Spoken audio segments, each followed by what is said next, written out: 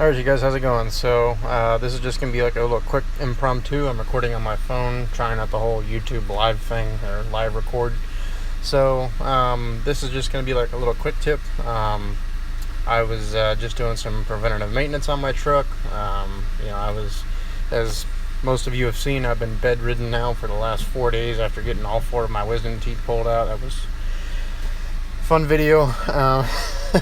By the sounds of it, most people enjoyed it, but I just wanted to share this with you really quick. Kind of quite saying, I went ahead and because this truck sat for almost 8 months, and I never got around to it. But I don't think you guys can see right now. But in here, I've got my idle air control valve, which controls the level of idle.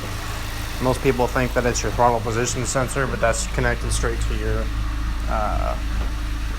throttle pedal. And so I was like, you know what, I'm gonna pull it off, clean it. So I sprayed some throttle body cleaner in there. A bunch of junk came out of it, and I was like, sweet, this thing's gonna go back to idling normal, because it was idling a little funky here and there, because I went down into downtown Dover today to go register my truck in Delaware.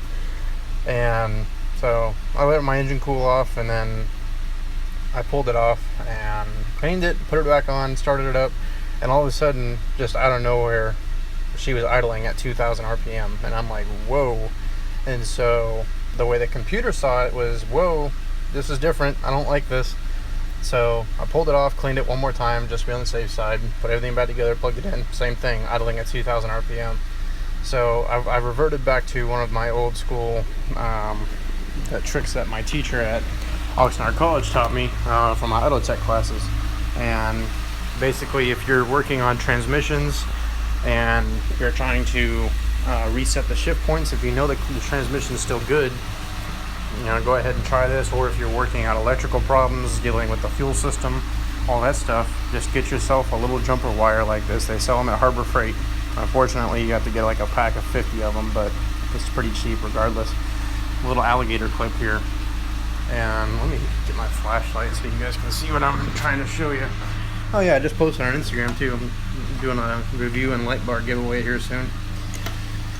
But let me get over here.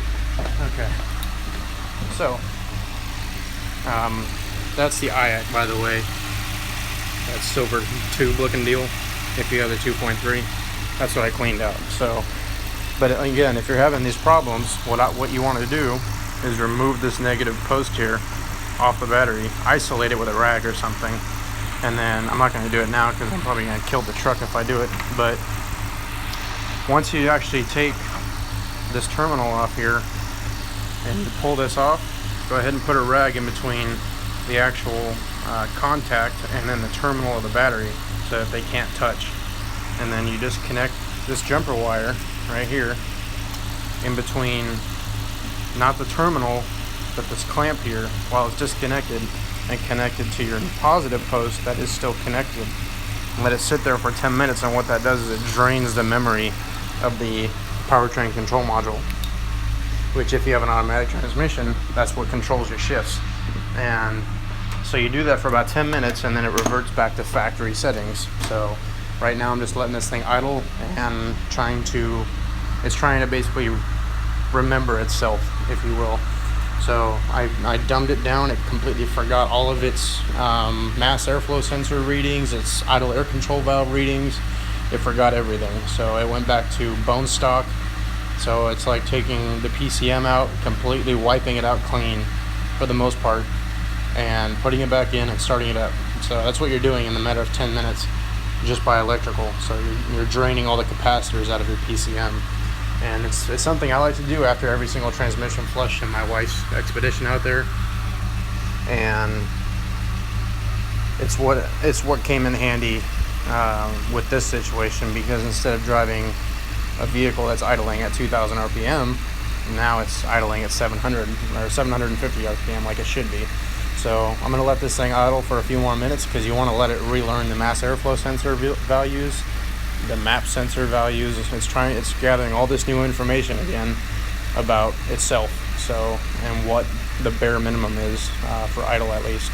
So, and then it'll just keep learning as it goes. And if you're doing this because of transmission problems, make sure for like that first half hour, 45 minutes of driving, you're driving like, you know, the quote-unquote grandma, and you're not shifting really aggressively. You want to let it pick up all those little micro shift points. But I just wanted to share that with you, and because that's something I encountered just now, and it came in handy. So now she's idling back where she should be, and that'll do it. So I'm gonna go ahead and cut this off here, and then cut the truck off here in a couple minutes, and then go upstairs and head to bed. So, but yeah, she's idling just fine now. The only sucky part is you got to reprogram your stereo afterwards, but that's no biggie. So, alrighty guys, I will pick this up later. Probably the next video you see is with my actual camera and my my light bar video. So yeah, alrighty guys, take care.